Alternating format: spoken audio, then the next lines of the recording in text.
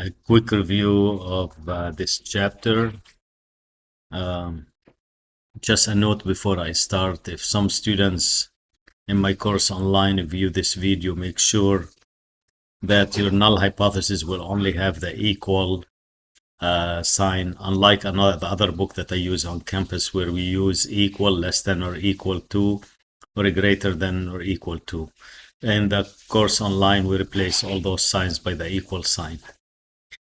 An inventor has developed a new energy-efficient lawnmower engine. He claims that the engine will run continuously for more than 5 hours on a single gallon of regular gasoline. From this stock of engines, the inventor selects a simple random sample of 18, so N is 18. The engine runs on an average of 307. X bar is 307. The population standard deviation sigma is known to be 26. Once he gives you the population standard deviation, you cannot use a t-statistics or t-test. You must use a z-distribution and a z-stats, only if population standard deviation is given, which is the case in this problem. And the run times of the engines are normally distributed. Test the hypothesis that the mean run time is more than 300. So the alternative is mean greater than 300. The null hypothesis will be mean less than or equal to 300. And if you are in my sections online, you'll just put mean equals 300 instead of less than or equal to. So we're going to use z-stats. Z-stats, one sample with summary. Sample mean is 307. Population standard deviation is 26. Sample size, let me just look. 18. Sample size is 18, and the standard deviation is 26. Sample size is 18. We're testing against 300, and with the alternative is greater than. And if you guys like to see the p-value in action, it's right here. You can get the critical value if you want. And what's the level of significance in this question? It's at 0.05, so we're good. And then we can show the p-value as well. Compute. So step number 2 is z, which is 1.14. Step number 3 is the p-value, which is 0.1267. And you agree with me that the p-value, which is 0.1267, is greater than alpha, which is 5%. So we fail to reject the null hypothesis. And we write our conclusion as the following. There is not enough evidence at the 5% level of significance to support the claim that the mean engine will run continuously for more than 5 hours on a single gallon of regular gasoline. That's the first question. Second one. A sleep researcher claims that adults in a specific region sleep on average of 7.5 hours. You suspect this average might be different. Different means not equal to 7.5. To test this claim, you collect data from a random sample of 20 adults in that region, recording their hours of sleep over one night. The sample mean was 7.1, and the sample standard deviation is 0.8. Conduct the hypothesis test using significance level 0.05. Since he didn't give us a population standard deviation, so we just use t-stats. That's the norm. So we're going to be using t-stats. The null hypothesis will be mean equals 7.5. The alternative will be mean not equal to 7.5.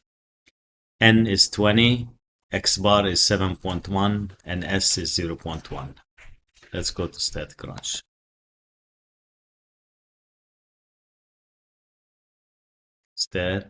T-stats, one sample with summary. sorry, with summary. Stat, t-stat, one sample with summary. Sample mean is 7.1. Sample standard deviation is 0.8. Sample size is 20. We're testing against 7.5. Make sure your alternative is not equal. It is there.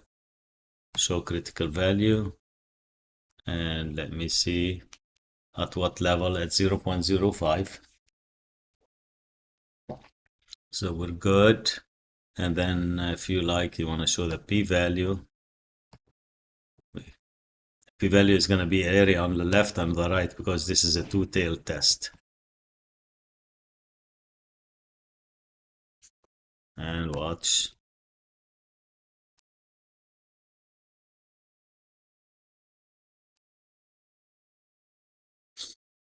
T-stats, this step number 2 is negative 2.236. P-value is 0.0375, which is less than 5%. So we reject the null hypothesis. And when you reject the null hypothesis, you say the following. There is enough evidence at the 5% level of significance to support the claim that, and let's read the claim here, that the average time is different from 7.5 hours. Next question. A psychologist believes that the mean age at which children start walking is 13 months. The following data give the age at which 18 randomly selected children started walking. Test at the 1% level of significance if the mean age at which children start walking is not 13 months. So null hypothesis will be mean equals 13. Alternative will be mean not equal to 13. That's the claim. And we use t-stats, but we need to input, the data into Statcrunch first. So we need to test at the 1% level of significance if the mean age at which the children start walking is different from 13 months. Your null will be mean equals 13. Your alternative will be mean not equal to 13, and that's the claim. And since he gave me a data set, we just use t-stats, and here's how you use t-stats. I already input the data into Statcrunch. You just go to stat, t-stats, one sample, but not with summary, with data. And it's in variable 4, and we're testing against 13. And if you guys want to see the critical number, critical number is the number that separates the rejection region from the non-rejection region of the null hypothesis. And this is at 0.01. And this is the p-value plot. Compute.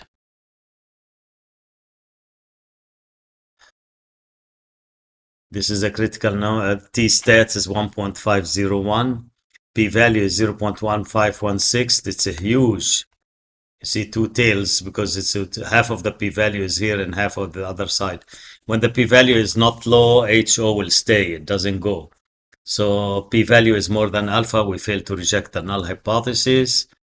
And because we fail to reject the null hypothesis, we can write the conclusion that there is not enough evidence at the 1% level of significance to support the claim that the mean age at which children start walking is different from 13 months. We could not support the claim. Next exercise.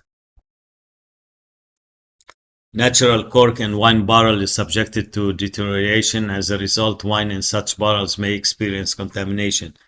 The article Effects of Barrels Closure Type on Consumer Perception of Wine Quality reported that in a tasting of a commercial Chardonnay, 16 of 91 barrels were considered spoiled to some extent by cork-associated characteristics. Does this data provide a strong evidence for concluding that more than 15% of all such barrels are contaminated? Use a level of significance 10%. This is a proportion, guys. So P greater than 15% is the claim, and the null hypothesis will be less than or equal to 15%. But if you're taking the course asynchronously, just put the equal sign. Since this is a proportion, the only test that we have is a proportion stats. We're gonna go to it and show you how to use it. So we're gonna go to stat, proportion stat. You see it's obvious, one sample with summary.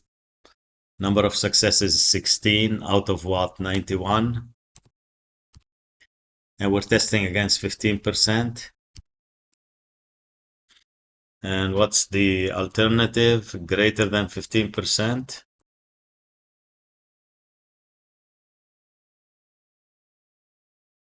And guys, right here, if you're asked to find the critical value for this test, let me show you. It's right here. But he wants it at 10%, so I gotta make it 10. And this is the p-value plot.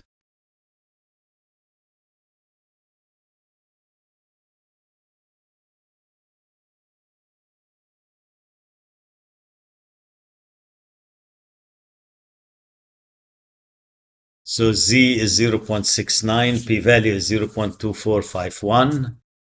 Let's see the p-value. It's an area to the right. So what can we conclude? P-value is more than alpha failed to reject HO. There is not enough evidence to at the 10% level of significance to support the claim that the percentage of contaminated wine barrels is more than 5%. Okay, that concludes the video.